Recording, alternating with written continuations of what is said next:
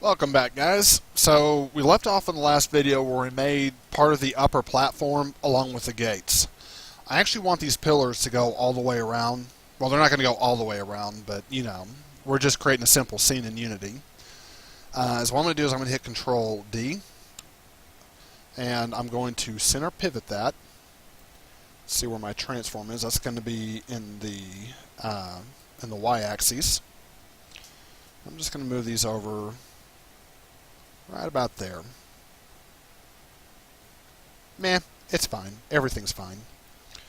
I'm going to press Control D one more time. Move these over here, like so. There we go. So 4 of these was 160. Another 4 would be an additional 160, which is 320. And then those 4 would be an additional 160, which is now 480. 480 faces we're saving. Doesn't still seem like a whole lot, but you start working with a lot larger scenes. Like I could delete the faces on the bottom of these. If I just come in here, I mean, yeah, that's only 5 faces I have selected.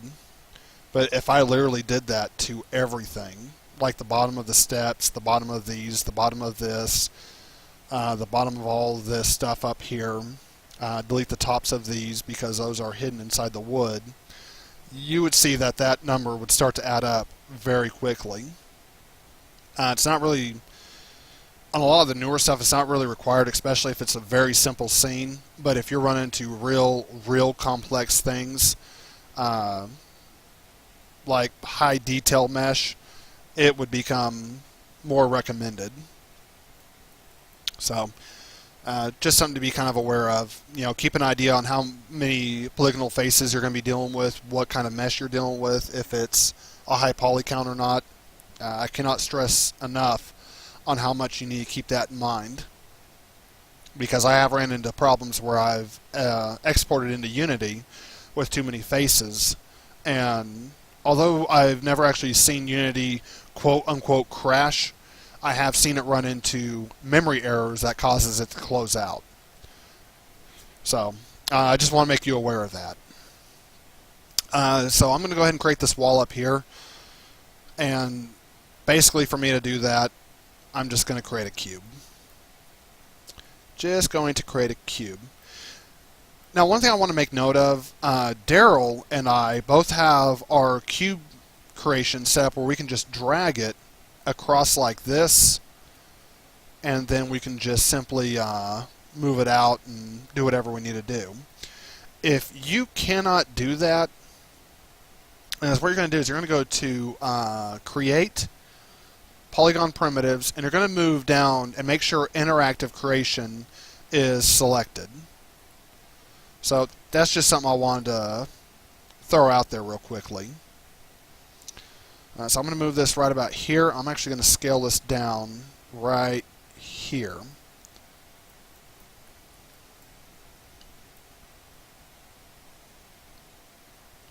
Man, it looks fine. Taking a swig of some more Diet Cola, I am. Alright, so from here I'm going to go ahead and move this up right about here, because if we go into the front view, still don't have quite where I want it, but that is okay. I'm going to move this down right about here. I'm going to go to Object Mode. I'm going to press Control D. I'm going to move this one right here. I'm going to scale down in the Y. I'm going to scale in on the X.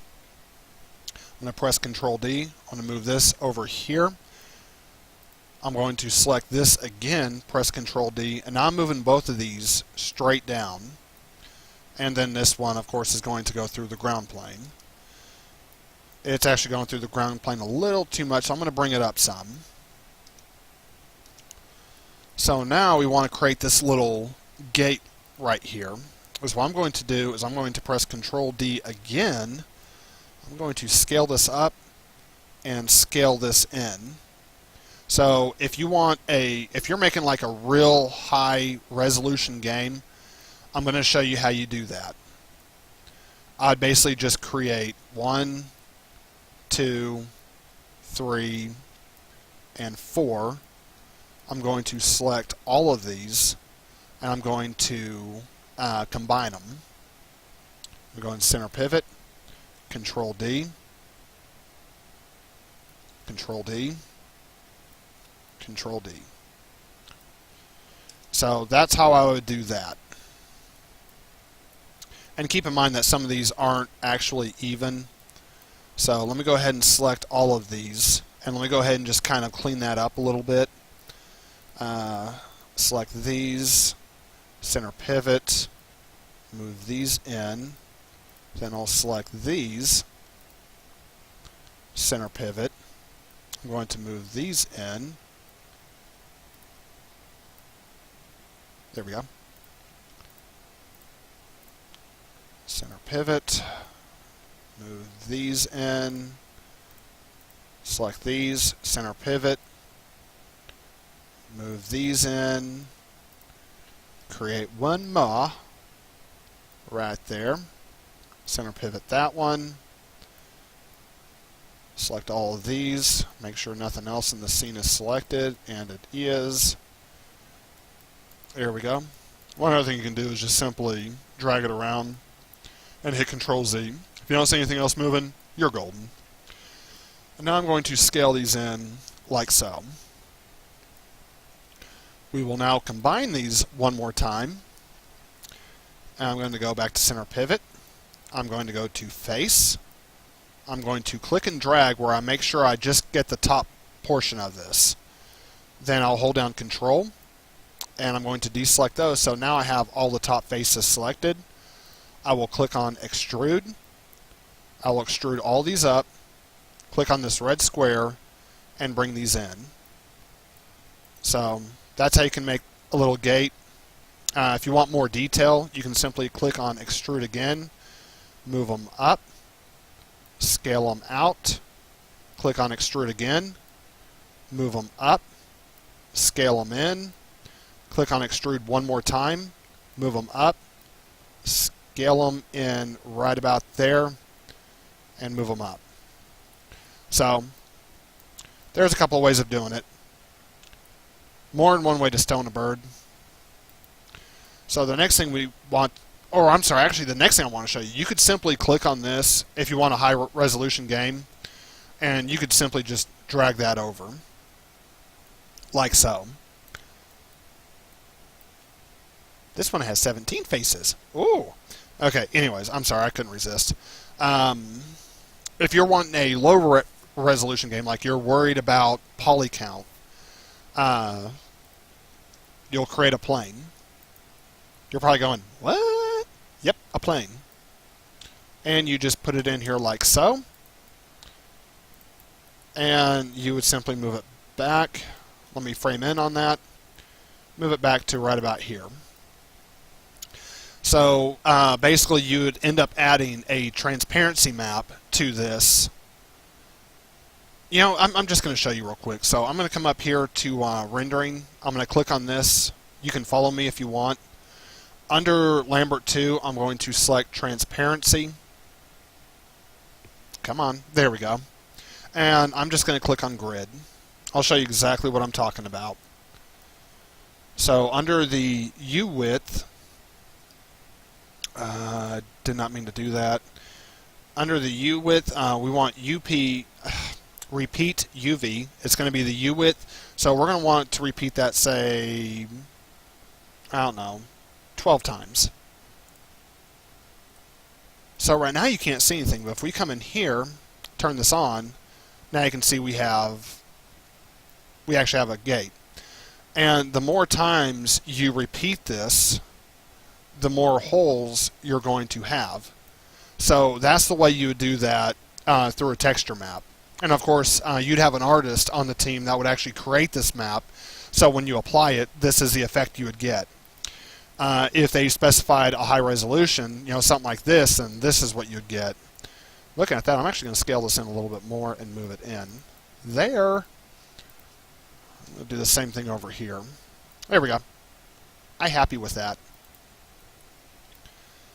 Alright, so I'm going to go ahead and save this real quick. Isn't this just a beautiful pillow? Sorry, I couldn't resist. Okay, so the next thing that we want to do is, I know that this is like an entrance, whatever. I'm actually going to do something a little different. We have this up here, and as what I want to do, this is totally up to you, but I'm going to add an artistic effect. I know Daryl's probably hating me right now because he's like, "Damn it, Jim, I'm a programmer, not an artist." It's okay, Daryl, I understand. Sorry. I'm going to click on extrude, and I'm actually going to bring these out right here, and I'm actually going to rotate this about right here. It doesn't have to be perfect. It just has to be relatively close. If you're running the same issue that I am, and you're just like, where is it? Just go into the top view. We'll go into this. I know it's right about here. You can't see it because we deleted those top faces. But as you can see, nailed it. And then from there, we're going to click on extrude again. I'm actually going to scale it flat and bring it straight out. Right there. Now, obviously, this looks kind of wanky. So if we go into our X-ray and click on this edge loop, just rotate it a little bit like that, and that'll fix that issue. From there, I'm actually going to create a new edge loop. I'm going to throw one in right here. It doesn't matter where you throw it in. You can just simply click on it. It will not matter at all, because what I'm going to do is I'm actually going to delete this side completely. I'll go into object mode, Control D, and on the x-axis I'm going to set this at -1. So from there I can go to edge. I'll click, oh wait, I can't do this yet. You know what, I'm going to show you this anyways. If you tried to just go to edge on both of these, and you're like, okay, I'll select this, and I'll shift select this, let me bridge. Let me try that again. What's going on is that these are two separate poly objects. When you bridge something, it has to be one poly object. No exceptions, guys. So go ahead and bridge those together. We will delete these edges because we no longer need them. And there we go. So finally, the next thing I want to do is I'm going to go to face. Ah, you bastard. Going to go to face. And I'm going to go into X-ray mode. I'm going to select just these four faces. I'm not going to select the one in the front. I'm going to press extrude, and I'm going to bring this down past the floor. And I'll delete those faces because I no longer need them. There we go. So this is the start of your shrine. Texture mapping, you all already know how to do that. There's a few things you can do. Like, let's say you like this pattern back here. I'll show you this real quickly. And we're only at 13 minutes, so I'll go a little bit more in depth than normal. If I minimize all this fun stuff, I'm going to go to Unity Tut, and I'm going to go to Shrine 2. I'm going to open with Paint. I am not going to use Photoshop for this because I'm going to pretend that none of you guys have it. So this way it's a little more fair. What I'm going to do is I'm actually going to select just this little portion. I'm going to press Control-C on the keyboard. I'm going to open up Paint, if I can remember where it's at. Okay, I guess I'm just going to type it in. Paint. I know I have it down here and yada yada, but you know, it's whatever. So obviously that's way smaller than what I intended. I'm just going to scale this all the way up where there's almost nothing. Then I'm going to press Control-V. I'll save as... I guess I can save as a PNG. It doesn't really matter. Actually, it's probably better that you save it as a PNG, because each time you save it as a JPEG, what's going on is it's actually becoming more and more pixelated every single time you save it as that. So it's probably best that you do save it as a PNG. And it's a relatively small file anyways. As you can see, 46 by 19. So it should be fine. So what I want to do is I want to go into... I'm going to save this in my Unity Tut. and I'm going to save it as red, white, repeat. And the reason why I'm saving it as specifically as a repeat, because if I go into face, and let's say I just select the front of this face and the back of it, well, you can't see it. So I've selected the front of this face and the back of it. And I'll explain this here in a second where this is all black.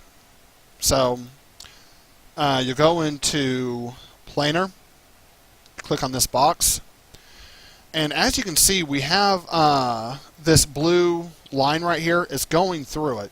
Those are the Z coordinates.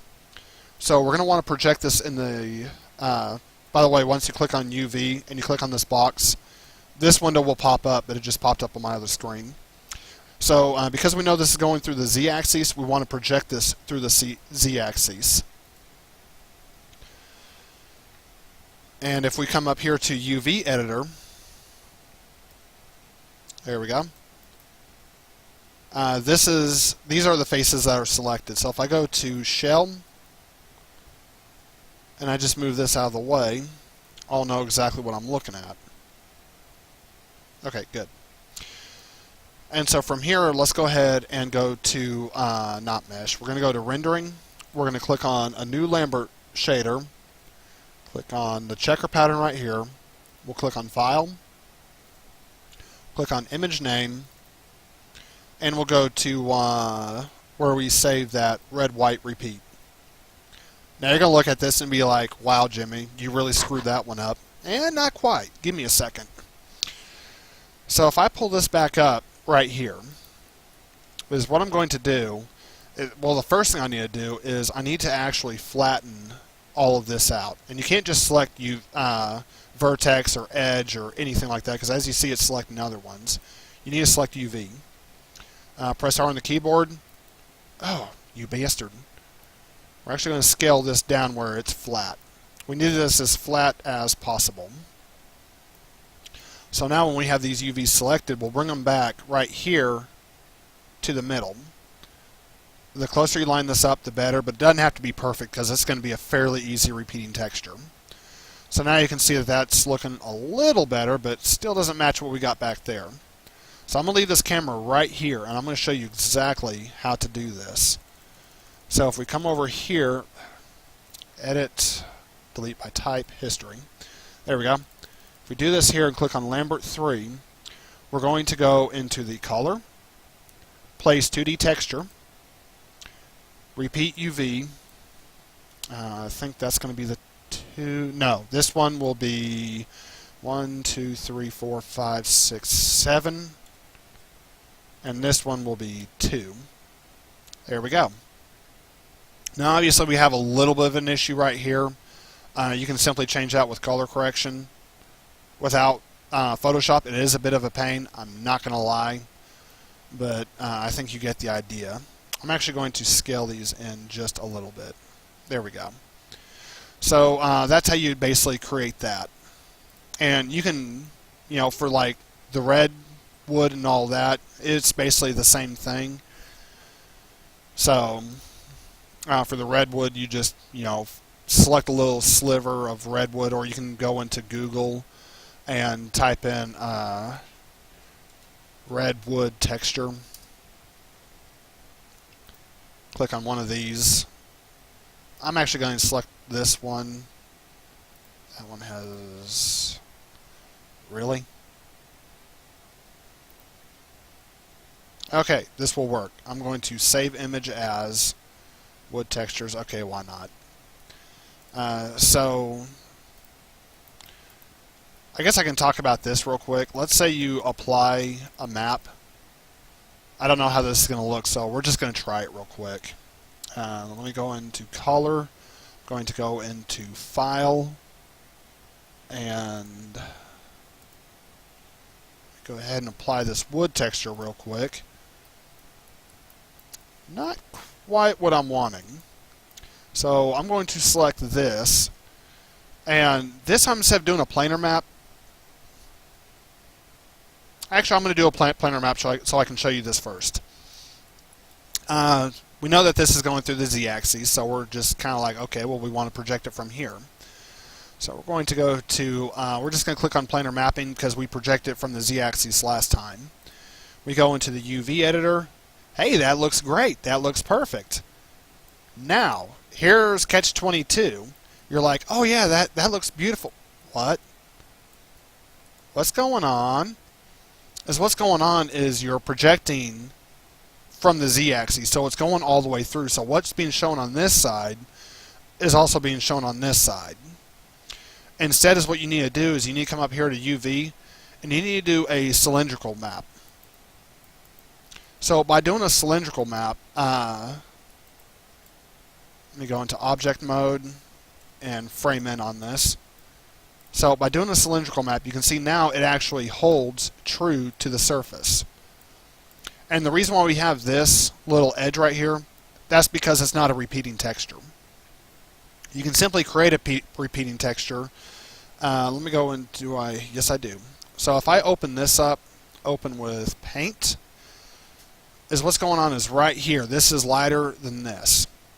If you want to kind of cheat a little bit, you can. I'm going to press Control A on the keyboard, Control C, and I'm going to make this really large.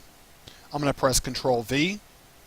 Then I'm going to come up here to rotate.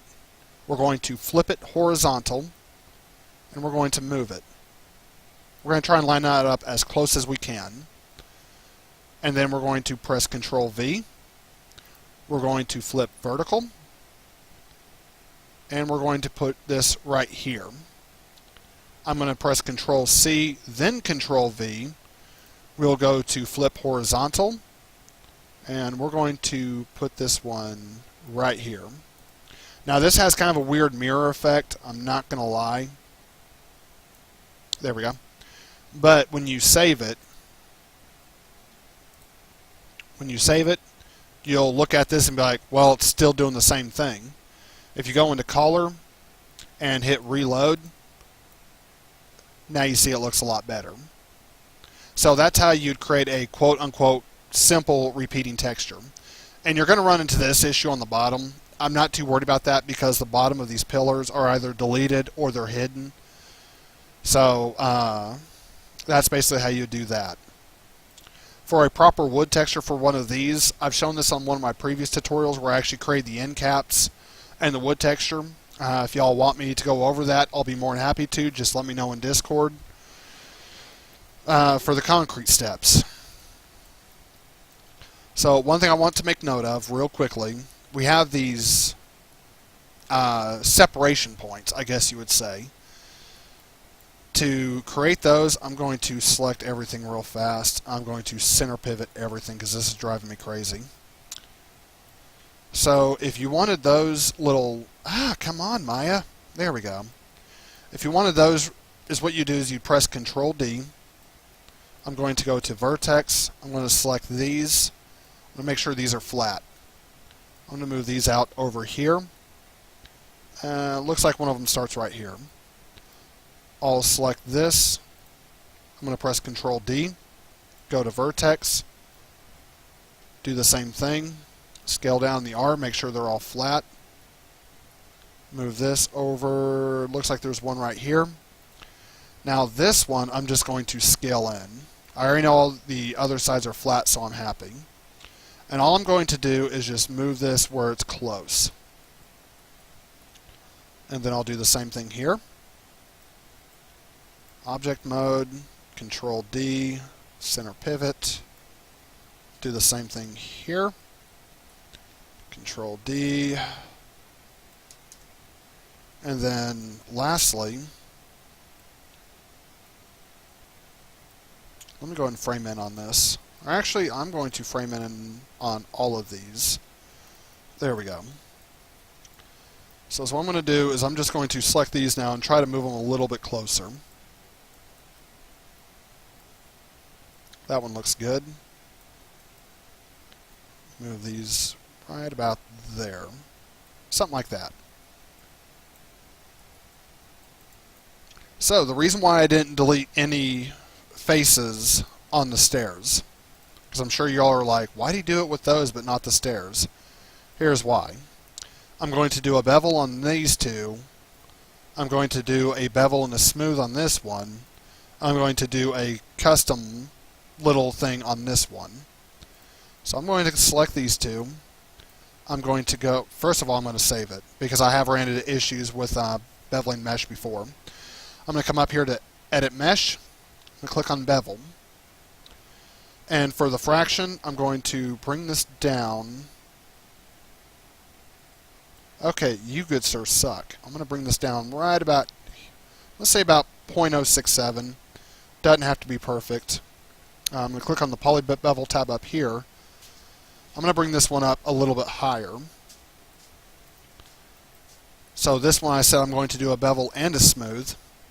I'm actually going to bring the value way low on this one. Well, I'm actually thinking like a 0.1 should be fine. Then I'm going to come up here to mesh. I'm going to click on smooth. And then this one, I'm going to do it my way. My way would include adding these, and these. And then I'm going to go to object mode. And I also clicked off of the tool, by the way. I'm going to go to mesh and smooth.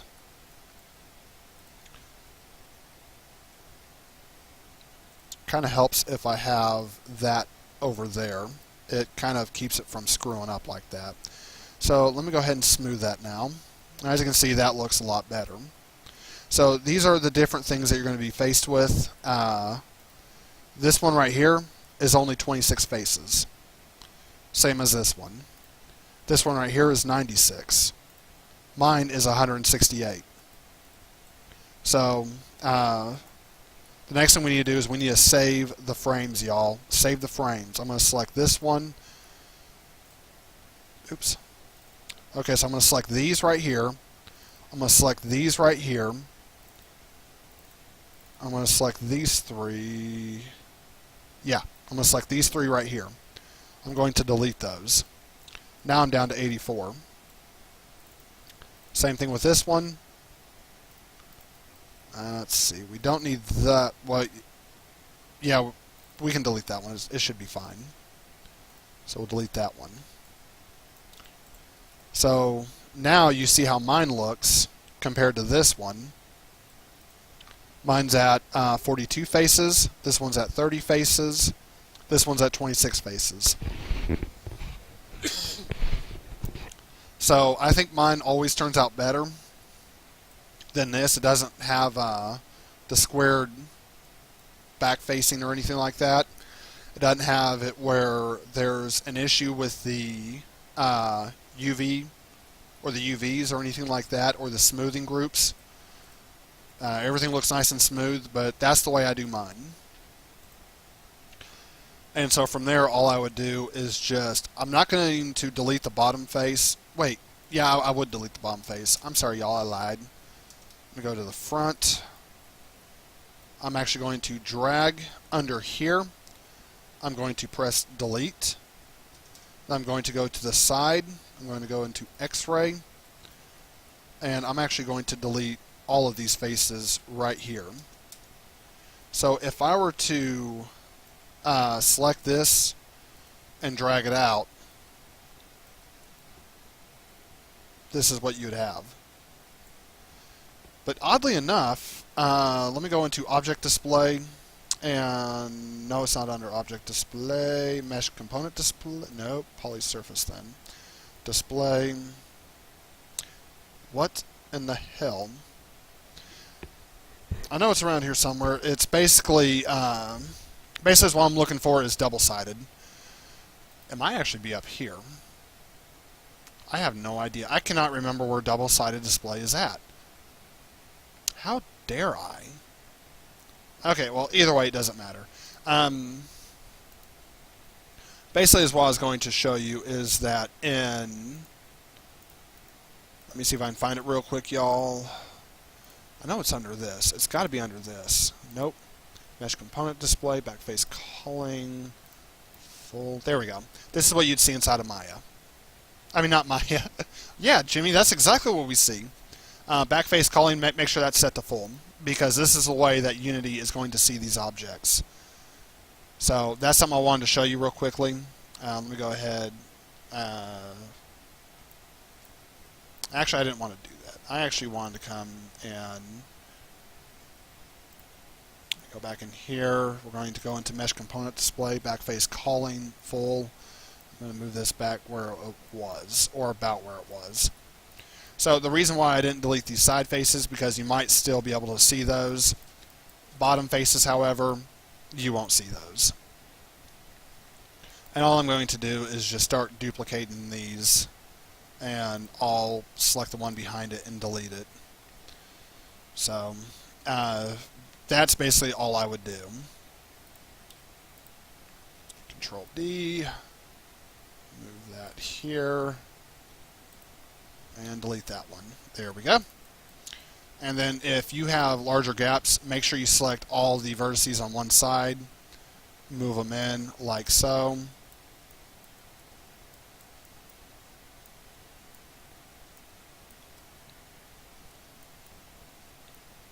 Just like that.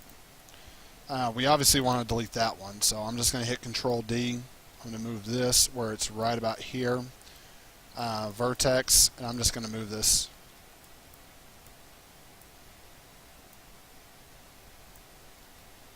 Huh.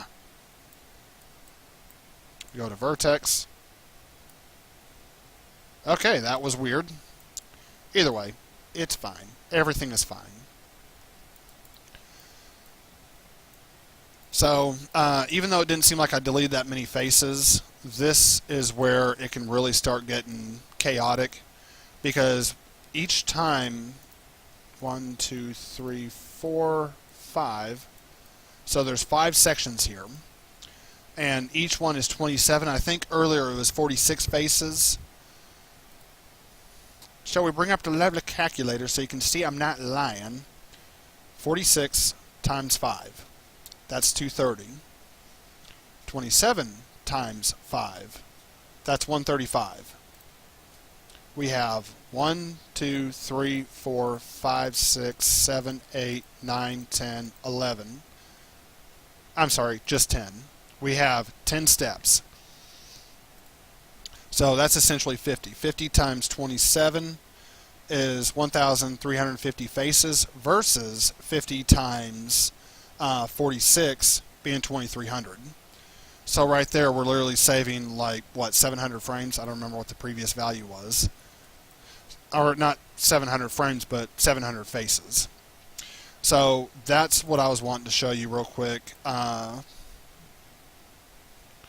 In the next tutorial I'm going to get into texturing the stairs and everything like that. And then, oh wait, before I do, let me show you this real fast. Let me go ahead and frame in on this poly. Once again, if we were in Unity, this is what you'd see. Anyone playing the game would be like, what the hell? Simply press Control D. You can either invert this on the x-axis or move it back just a little bit. Come up to Mesh Display, Reverse. So now, no matter where you're at, you'll see both sides. So that's the way you do that. I just want to throw that out there real quick. Alright, y'all. Next tutorial, I'll get into creating the concrete for the steps, and I'll see you there.